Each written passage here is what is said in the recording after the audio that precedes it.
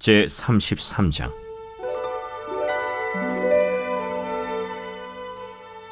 므낫세가 왕위에 오를 때 나이가 12세라. 예루살렘에서 55년 동안 다스리며 여호와 보시기에 악을 행하여 여호와께서 이스라엘 자손 앞에서 쫓아내신 이방 사람들의 가증한 일을 본받아 그의 아버지 히스기야가 헐어버린 산당을 다시 세우며 바알들을 위하여 제단을 쌓으며 아세라 목상을 만들며 하늘의 모든 1월 성신을 경배하여 섬기며 여호와께서 전에 이르시기를 내가 내 이름을 예루살렘에 영원히 두리라 하신 여호와의 전에 제단들을 쌓고 또 여호와의 전 두 마당에 하늘의 1월 성신을 위하여 제단들을 쌓고 또 흰놈의 아들 골짜기에서 그의 아들들을 불 가운데로 지나가게 하며 또 점치며 사술과 요술을 행하며 신접한 자와 박수를 신임하여 여호와 보시기에 악을 많이 행하여 여호와를 진노하게 하였으며 또 자기가 만든 아로새긴 목상을 하나님의 전에 세웠더라. 옛적에 하나님이 이 성전에 대하여 다윗과 그의 아들 솔로몬에게 이르시기를 내가 이스라엘 모든 지파 중에서 택한 이 성전과 예루살렘에 내 이름을 영원히 둘지라. 만일 이스라엘 사람이 내가 명령한 일들 곧 모세를 통하여 전한 모든 율법과 율례와 규례를 지켜 행하면 내가 그들의 발로 다시는 그의 조상들에게 정하여 준 땅에서 옮기지 않게 하리라 하셨으나 유다와 예루살렘 주민이 므낫세의 꾀임을 받고 악을 행한 것이 여호와께서 이스라엘 자손 앞에서 멸하신 모든 나라보다 더욱 심하였더라. 여호와께서 므낫세와 그의 백성에게 이르셨으나 그들이 듣지 아니하므로 여호와께서 아수르 왕의 군대 지휘관들이 와서 치게 하시매 그들이 므낫세를 사로잡고 쇠사슬로 결박하여 바벨론으로 끌고 간지라. 그가 환난을 당하여 그의 하나님 여호와께 간구하고 그의 조상들의 하나님 앞에 크게 겸손하여 기도하였으므로 하나님이 그의 기도를 받으시며 그의 간구를 들으시사 그가 예루살렘에 돌아와서 다시 왕위에 앉게 하시매 므낫세가 그제서야 여호와께서 하나님이신 줄을 알았더라. 그 후에 다윗성 밖 기혼 서쪽 골짜기 안에 외성을 쌓되 어문 어기까지 이르러 오벨을 둘러 매우 높이 쌓고 또 유다 모든 견고한 성읍에 군대 지휘관을 두며 이방 신들과 여호와의 전의 우상을 제거하며 여호와의 전을 건축한 사내와 예루살렘에 쌓은 모든 제단들을 다 성 밖에 던지고 여호와의 제단을 보수하고 화목제와 감사제를 그 제단 위에 드리고 유다를 명령하여 이스라엘 하나님 여호와를 섬기라 하매 백성이 그의 하나님 여호와께만 제사를 드렸으나 아직도 산당에서 제사를 드렸더라. 므낫세의 남은 사적과 그가 하나님께 한 기도와 선견자가 이스라엘 하나님 여호와의 이름으로 권한 말씀은 모두 이스라엘 왕들의 행장에 기록되었고 또 그의 기도와 그의 기도를 들으신 것과 그의 모든 죄와 허물과 겸손하기 전에 산당을 세운 곳과 아세라 목상과 우상을 세운 곳들이 다 호세의 사기에 기록되니라. 므낫세가 그의 열조와 함께 누움에 그의 궁에 장사되고 그의 아들 아몬이 대신하여 왕이 되니라. 아몬이 왕위에 오를 때 나이가 22세라. 예루살렘에서 2년 동안 다스리며 그의 아버지 므낫세의 행함같이 여호와 보시기에 악을 행하여 아몬이 그의 아버지 므낫세가 만든 아로새긴 모든 우상에게 제사하여 섬겼으며 이 아몬이 그의 아버지 므낫세가 스스로 겸손함같이 여호와 앞에서 스스로 겸손하지 아니하고 더욱 범죄하더니 그의 신하가 반역하여 왕을 궁중에서 죽이매 백성들이 아몬 왕을 반역한 사람들을 다 죽이고 그의 아들 요시야를 대신하여 왕으로 삼으니라.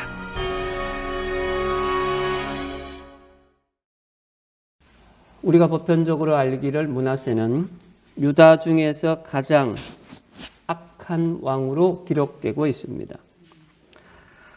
그런데 오늘 역대기에 보면 그렇게 악한 왕으로 기록하지 않고 조금은 미화해서 기록하고 있습니다.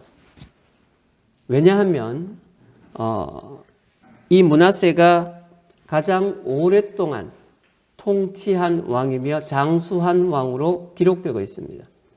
오래 살고 장수하고 오랫동안 통치한 것은 하나님께서 복을 주셨다라는 이야기인데 어떻게 하나님께서 악한 왕을 이렇게 복을 주실 수 있는가라는 고민에 빠지게 합니다. 그래서 이 역대기 기자는 므낫세가 바벨론에 끌려가면서 그가 회개하고 하나님 앞에서 되돌아왔다라는 기록을 남기고 있습니다. 우리가 사람을 평가할 때 어떻게 평가합니까? 악인과 선인 이렇게 두 가지로 평가합니다.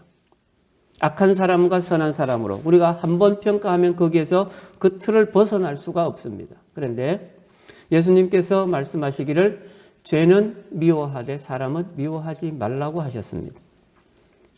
이 악인을 바라보면서 왜 저 사람이 저렇게 악하게 되었는가를 속을 좀 들여다볼 필요가 있습니다. 그렇게 되면 우리는 그 사람을 이해할 수도 있고 긍휼의 마음을 가질 수도 있고 용서할 수도 있고 그 사람을 위해서 기도해 줄 수도 있습니다.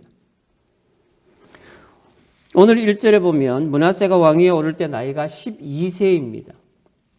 12살짜리 초등학교 5학년짜리가 무엇을 판단하고 무엇을 행할 수 있습니까? 그 아이가 왕위에 오를 때 아버지가 어떤 모습이었습니까? 아버지는 하나님을 따르고 하나님만을 섬기기 위해서 주변의 대적들과는 가장 강력한 대치를 이루었습니다. 나라가 하나님 앞에서는 합당한 모습이었지만 주변 국가들과의 사이에서는 가장 힘든 상황이었습니다. 아버지는 왕권을 가지고 그것을 통치했지만 그 반대 세력들이 분명하게 많았습니다. 아버지가 발병하여 그가 왕권을 유지할 수 없을 때 아들을 왕위로 세우고 그 므낫세가 왕으로 앉아 있습니다. 히스기야가 뒤에서 통치를 합니다. 그러나 히스기야 반대편에 있던 자들이 므낫세를 조종하기 시작합니다. 12살짜리 아이가 어떻게 아버지가 행한 모든 것을 뒤집어 엎을 수 있습니까? 그 반대편에 있던 하나님을 섬기는 것이 아니라 주변 국가들과 조약을 맺고 해야 우리가 평안하게 갈 수 있다라고 생각했던 자들, 우상을 섬겼던 자들이 므낫세를 조종합니다. 그런데 하나님께서 그를 통해서 므낫세를 가장 악한 왕으로 해서 하나님께서 징계를 하게 됩니다. 오늘 보면 3절부터 6절에 보면 므낫세의 죄의 명부, 무슨 죄를 지었는가가 아주 상세하게 나열되어 있습니다. 그는 부왕 히스기야가 헐어버린 산당들을 다시 세웠습니다. 바알 제단을 쌓았습니다. 아세라 목상을 세웠습니다. 하늘의 일월 성신을 섬겼습니다. 주변에 있는 모든 우상들을 다 예루살렘으로 가져왔습니다. 그것을 성전 마당에 세웠다라고 기록합니다. 그 어떠한 이방의 것도 들어와서는 안 되는 예루살렘 성전 마당에 그것들을 세웠습니다.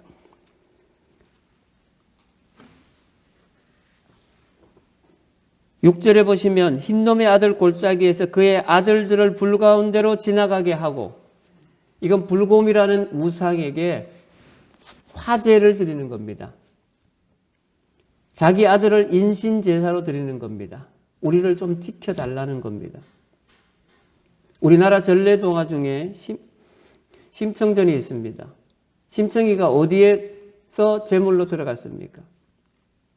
바다의 용왕에게 그가 인신제사로 드려진 것입니다.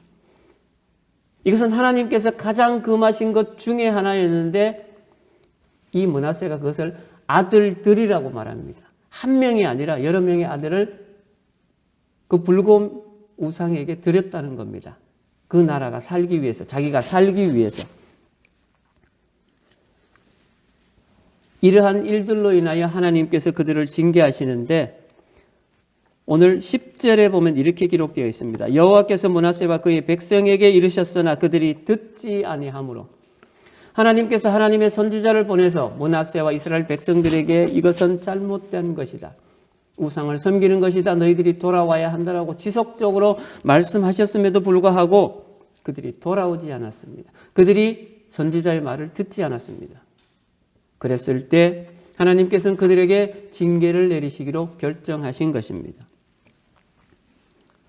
우리가 자녀들을 키우면서 말로 해서 하다 안 되면 어떻게 합니까? 매를 듭니다. 이것과 마찬가지입니다. 하나님께서도 지속적으로 선지자들을 통해서 그들이 돌이키기를, 돌아오기를 말씀하셨지만 그들이 듣지 않자 매를 듭니다. 11절부터 시작되는 아수르 군대의 공격이 바로 하나님께서 드신 매, 이방의 강대국을 통해서 유다를 징계하시겠다는 것입니다. 아수르 군대가 와서 유다를 공격하고 예루살렘을 공격하고 이 므낫세를 바벨론으로 잡아갑니다. 포로로 잡아가는데 어떻게 잡아갑니까? 한 나라의 왕입니다. 적들도 예우를 해주는 편이지만 그는 쇠사슬로 결박하여 끌려갑니다.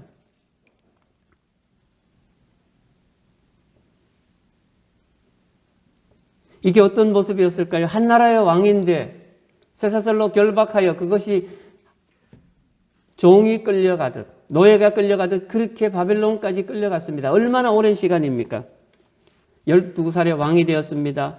주변의 섭정에 의해서 하나님이 어떤 분인지도 제대로 깨닫지 못한 상황에서 악을 행하는 왕으로 살았습니다. 그런데 바벨론의 포로로 끌려가면서 이 므낫세는 자기 자신을 돌아봅니다. 므낫세의 회개의 기도가 어떻게 나왔을까요? 내가 전혀 어떤 분인지도 알지 못하고 하나님을 섬기며 살다가 내가 포로로 끌려가면서 온전하신 하나님을 다시 돌아보게 됩니다. 생각하게 됩니다. 그는 바벨론에서 자기 자신을 돌아보고 하나님이 어떤 분이신가를 다시 한번 돌아보면서 그가 기도하게 되는 것입니다. 12절과 13절을 제가 한번 읽겠습니다. 그가 환난을 당하여 그 하나님 여호와께 간구하고 그의 조상들의 하나님 앞에 크게 겸손하여 기도하였으므로 하나님이 그의 기도를 받으시며 그의 간구를 들으시사 그가 예루살렘으로 돌아와서 다시 왕 위에 앉게 하시매 므낫세가 그제서야 여호와께서 하나님이신 줄을 알았더라. 그가 가장 악한 상황, 힘든 상황 가운데 있었을 때 므낫세는 놀라운 회개를 경험하게 됩니다.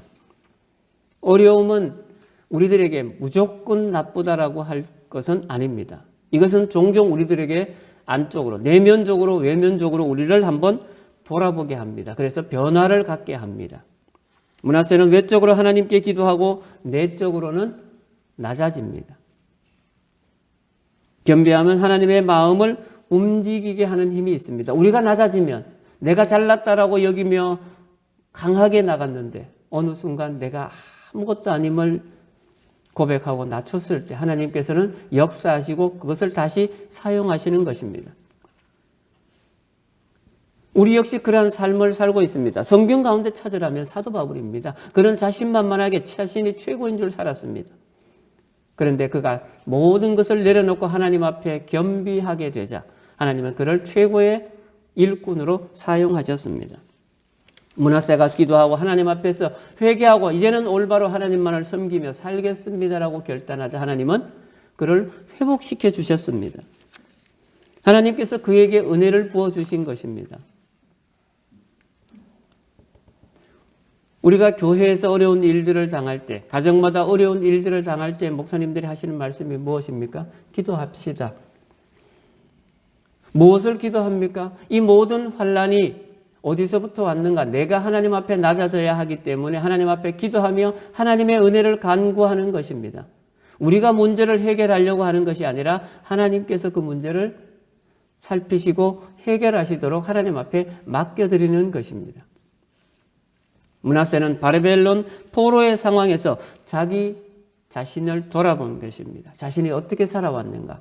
자신의 아버지가 어떻게 살았는가? 하나님께서 선지자들을 통해서 하신 말씀이 어떤 것인가를 다시 한번 되새겨 본 것입니다. 그랬을 때 그가 온전하게 자기 자신을 볼 수 있었고 하나님을 볼 수 있었던 것입니다.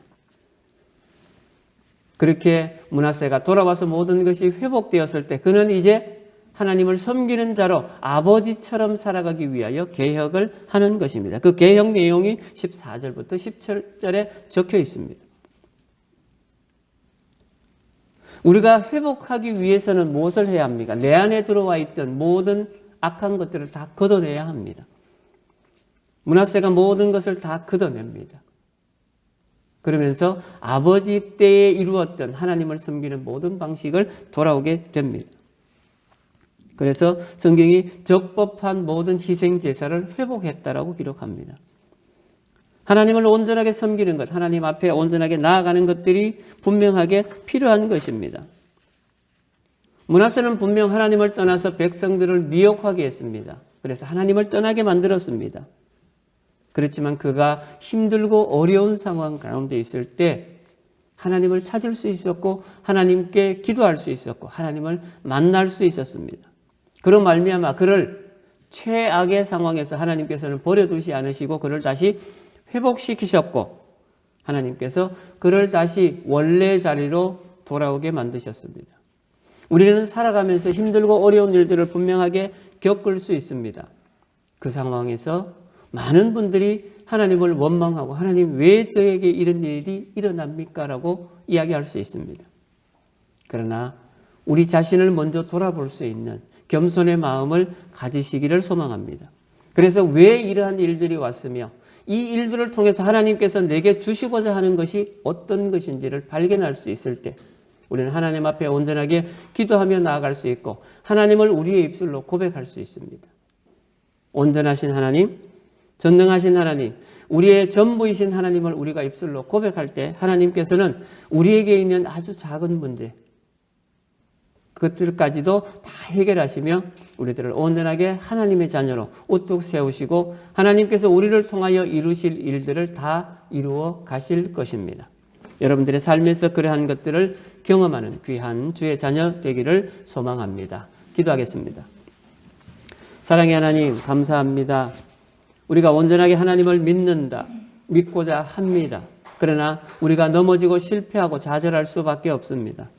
세상이 우리를 가만두지 않습니다. 우리를 넘어지게 합니다. 그러나 하나님 우리가 넘어질 때마다 좌절할 때마다 하나님께서는 우리를 안타까운 눈으로 지켜보시며 우리가 스스로 털고 일어나기를 왜 넘어졌는지 왜 실패했는지를 돌아보게 하십니다. 하나님에게서 우리가 멀어질 때가 참 많습니다. 그러나 멀어지면 멀어질수록 늘 하나님을 바라보고 하나님 앞에 무릎 꿇게 하여 주시옵소서. 우리의 교만하고 자만된 마음에서 늘 하나님을 바라보고 스스로 낮아지고 겸비할 수 있는 그러한 겸손의 마음을 허락하여 주셔서 하나님께서 모든 능력자이시며 우리는 단지 하나님께서 주시는 은혜를 먹고 살아가는 귀한 주의 자녀임을 입술로 고백하게 하여 주시옵소서. 므나새는 가장 힘든 상황 가운데서 하나님을 바라보고 하나님 앞에 온전하게 돌아오고자 회개하였을 때 하나님께서는 그 악한 자의 기도를 들으시고 그 마음을 어루만져 주셨고 그를 회복시켜 주셨습니다. 하나님, 우리가 그 가운데 하나입니다. 늘 주님 앞에 회개하며 나아가는 주의 귀한 자녀들 되게 하여 주셔서 새롭게 저희들에게 축복의 삶으로 주신 이 한 주간이 하나님께서 합당히 여기시는 한 주간이 되게 하여 주시고 하나님 앞에 좀 더 낮은 마음으로 좀 더 겸손한 마음으로 나아가는 귀한 주의 자녀 되게 하여 주시길 간절히 소망하며 예수님의 이름으로 기도합니다. 아멘.